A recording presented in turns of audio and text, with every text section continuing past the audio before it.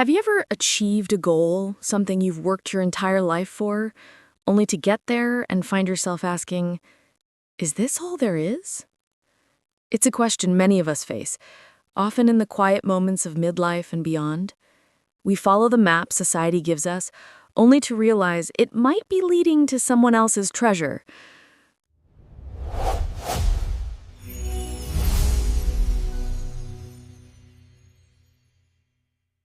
Welcome to Second Act Stories. I'm your host, Sarah.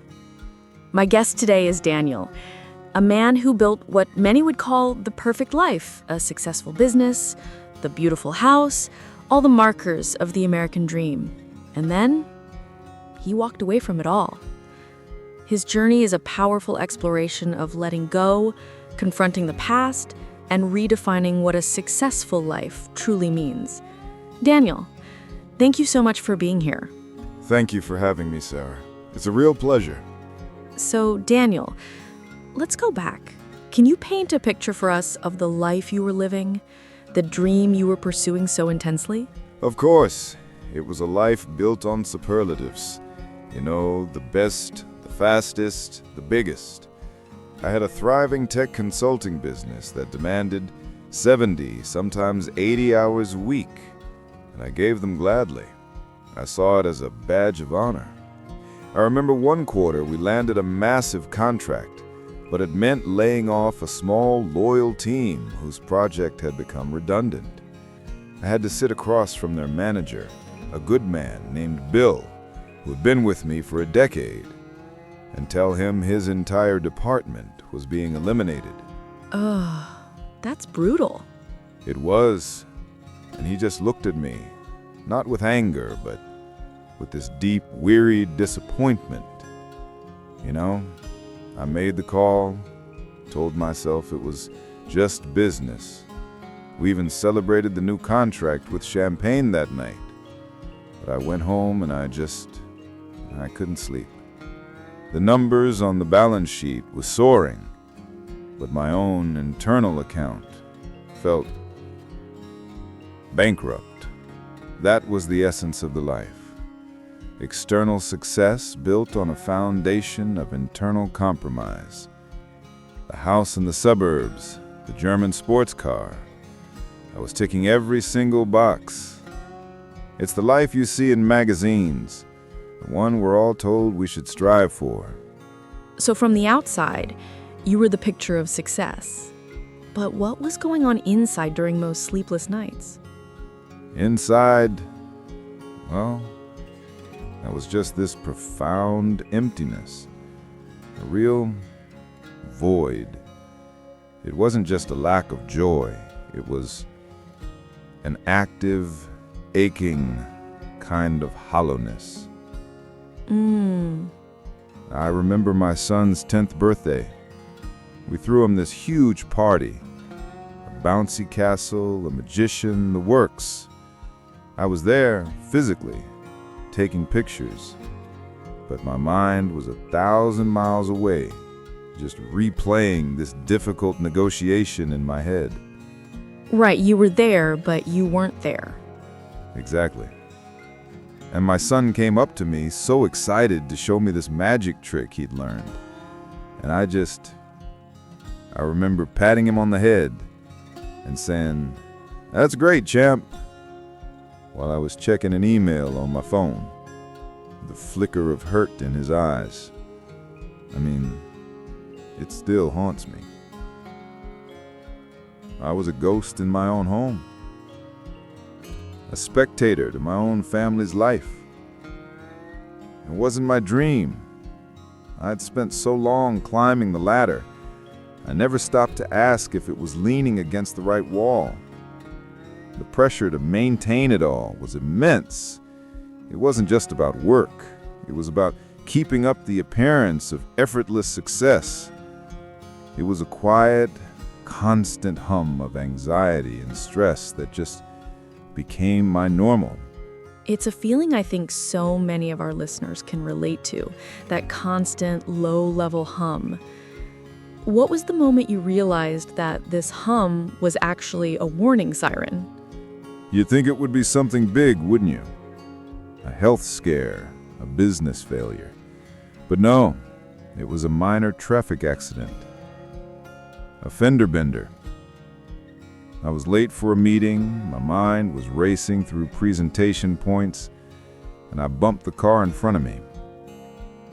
It was my fault, a simple lapse in attention, but my reaction was primal. I was flooded with this white-hot rage that was completely, wildly out of proportion to the situation. Can you describe that moment of rage? What did it feel like in your body? It felt like a pressure valve releasing, but one that had rusted shut and finally burst. My heart felt like it was trying to punch its way out of my chest. My hands were gripping the steering wheel so hard my knuckles were white. For a second, I wasn't a respected businessman. I was an animal backed into a corner. I wanted to scream, to hit something.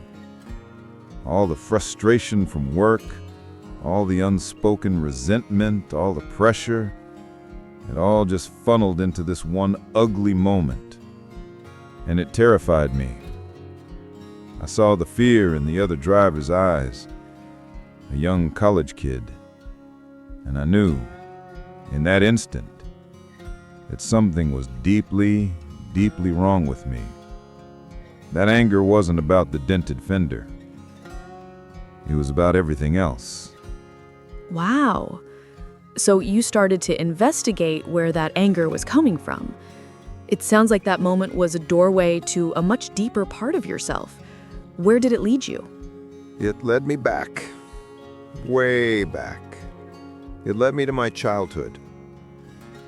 I grew up in a house ruled by my father's temper. He was a violent man, unpredictable. The defining moment of my childhood happened when I was 11. He held a gun to my head over a broken dish. That kind of trauma, it doesn't just go away. It embeds itself in your nervous system. I spent my entire adult life vowing to be the opposite of him. I built my success as a fortress against his failure, his chaos. But in my own stressed out, high-pressure life, I was becoming a different version of the same man. A different version. How so? Can you give me an example? Well, I wasn't physically violent, but I was emotionally volatile. The impatience was the worst part. I remember my daughter, she was a teenager then, showing me a painting she was incredibly proud of. It was this vibrant, abstract piece. And I, in my efficiency mindset, I barely glanced up from my laptop and mumbled something about the composition being off balance. The light just went out of her eyes. It was the same look I used to have when my father would dismiss something I'd made. I was demanding, impatient. My love and approval felt conditional on achievement, on meeting my standards. I was repeating the very thing I ran from, becoming Father 2.0. And that realization was more devastating than any business loss could ever be. That's such a heavy burden to carry, Daniel. How do you even begin to unpack that while you're still in the thick of the life that's causing all that stress? You can't. That's the simple, honest answer. That's what I learned. You have to step outside of it. My wife, Eleanor, who's incredibly wise and had been watching me unravel for years, sat me down one night after the car incident. She didn't yell. She just looked at me with this profound sadness and said, "Dan, I miss you. I'm living in this beautiful house, but I'm lonely. The man I married, the one who used to laugh and paint with the kids, he's gone. I'm living with a stranger, and I'm worried about him. I'm worried about us. We can't go on like this." Her words, they weren't an accusation. They were an invitation back. They were the life raft. That must have been incredibly difficult for her to say, but also a tremendous act of love. Her perspective is so important here. This wasn't just your journey. It was a crisis for your marriage, for your family. It was, and that's a crucial point. We decided to take a real break, a 3-month sabbatical. We found a small, rustic place in the countryside and just stopped. The first few weeks were agony for me. The silence was deafening. I tried to structure the quiet. I actually made lists, read 3 chapters, walk for 1 hour, meditate for 20 minutes. I was trying to turn stillness into a project, another thing to achieve. I didn't know who I was without my to-do lists, my phone buzzing, my deadlines. I felt useless. It sounds like you had to go through a kind of withdrawal. While you were going through this identity crisis, what was that time like for Eleanor? With incredible patience, she let me flail. But it was a journey for her too. I was so wrapped up in my own crisis, it took me weeks to see that she was rediscovering herself as well. She had put her own dreams on hold for decades to support my career, to raise our family. In that cabin, she started painting again, something she hadn't done since college. Her canvases came alive with the colors of the forest. While I was wrestling with my demons, she was reconnecting with her joy. Her quiet presence was an anchor for me, yes, but seeing her come alive again was the lighthouse.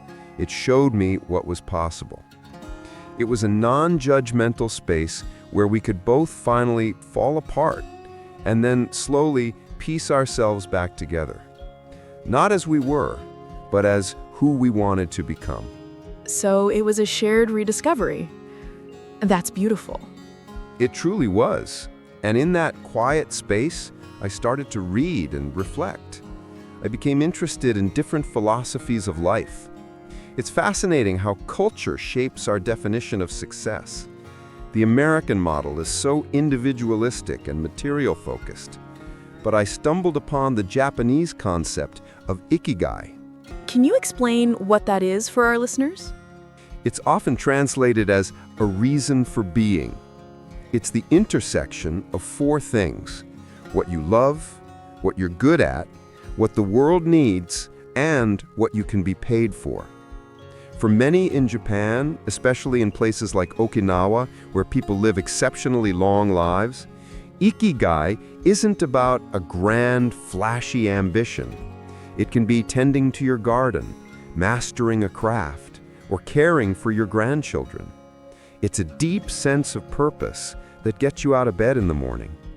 And it struck me so powerfully. I had been chasing a life based solely on what I could be paid for, and I'd completely ignored the other, more essential parts. My dream had no soul, no ikigai. I realized my ikigai might just be teaching my grandkids how to skip stones on a lake, and that was just as valid as closing a multi-million-dollar deal. That's a profound shift in perspective. It's so different from the Western, particularly American hustle culture. Completely. It made me think of a concept a friend once told me about from Germany, called Feierabend. It literally means celebration evening, and it marks a clear, almost sacred end to the workday. When you're done with work, you're done. You don't check emails, you don't take calls, you transition fully to your personal life. I remembered a family vacation to Italy years ago. I spent half of it in the hotel room on conference calls. My kids sent me a postcard from the Colosseum while I was finalizing a contract. That memory became a symbol of my misplaced priorities. The idea that a culture could collectively respect that boundary, that rest and personal time weren't seen as laziness, but as a right, was a revelation. It showed me there were other ways to live.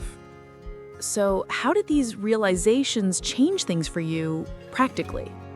Well, they gave me the language and the courage to understand what I needed to do. I needed to let go. And there's a huge difference between letting go and giving up. Giving up feels like failure.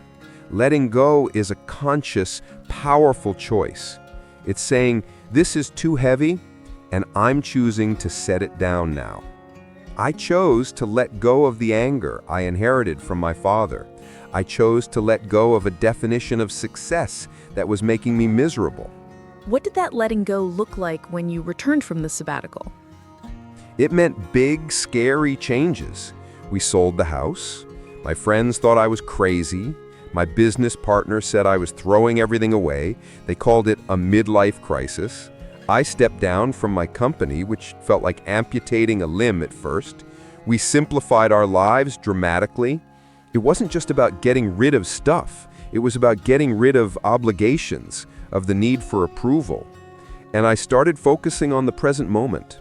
It sounds like a cliche, I know, but it's the hardest and most rewarding work I've ever done. My goal now is simply to be here for whatever is happening. If it's joy, I want to feel it fully. If it's grief, I want to honor that too.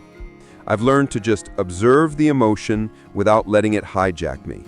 You mentioned in a previous conversation that nature played a big role in this healing. Immense. I started hiking. I remember one specific trip, climbing a difficult trail in the Rockies. I was exhausted, my lungs were burning, and I sat down on a rock overlooking this vast, silent valley. All I could hear was the wind. And in that silence, all the noise from my old life, the stock market, the deadlines, the expectations, it all just fell away. Standing in a forest of ancient redwoods or by a roaring ocean, you feel your own problems shrink. You feel a sense of connection to something much larger than your own ego. It's not that you feel insignificant, you feel part of the whole. And there's a deep peace in that, a sense of belonging. That, for me, is true success. That's powerful, Daniel. You know, it reminds me of that Douglas Adams quote, "I may not have gone where I intended to go, but I think I have ended up where I needed to be." That's exactly it. I couldn't have said it better. For our listeners who might be standing in their own beautiful living rooms, feeling that same emptiness, what would you want to say to them? I'd like to pose a couple of questions based on our conversation. First, as Daniel discovered, we often operate on a definition of success that isn't our own. So what does a truly fulfilling life look like for you, separate from anyone else's expectations? Forget the magazines and what the neighbors are doing for a moment. What does your heart say? And second, thinking about Daniel's Father 2.0 story, is there a pattern in your own life that you inherited? Perhaps it's a critical voice from a parent, or a specific anxiety passed down through generations? A behavioral echo, impatience, people-pleasing, a fear of scarcity, that you're now ready to let go of. We invite you to continue this conversation in our online community. So many of you have such profound wisdom to share, and your stories create a space where we can all learn and feel less isolated. Daniel, our next episode is about finding new hobbies and passions after retirement. I feel like your journey is a perfect testament to the importance of finding that new purpose, that Ikigai. Daniel, thank you for sharing your story with such honesty and vulnerability today. It's been a real privilege. The privilege was all mine, Sarah, truly. Thank you. The lesson I'm taking away from this conversation is that true peace comes not from achieving more, but from letting go of more. It's in the quiet acceptance of the present moment and the courage to choose the life you need, even if it's not the one you planned for. If this conversation moved you, please share it with a friend. You never know who might be needing to hear this message. And please subscribe to Second Act Stories so you can join us for our next conversation. Until then, I'm Sarah. Be well.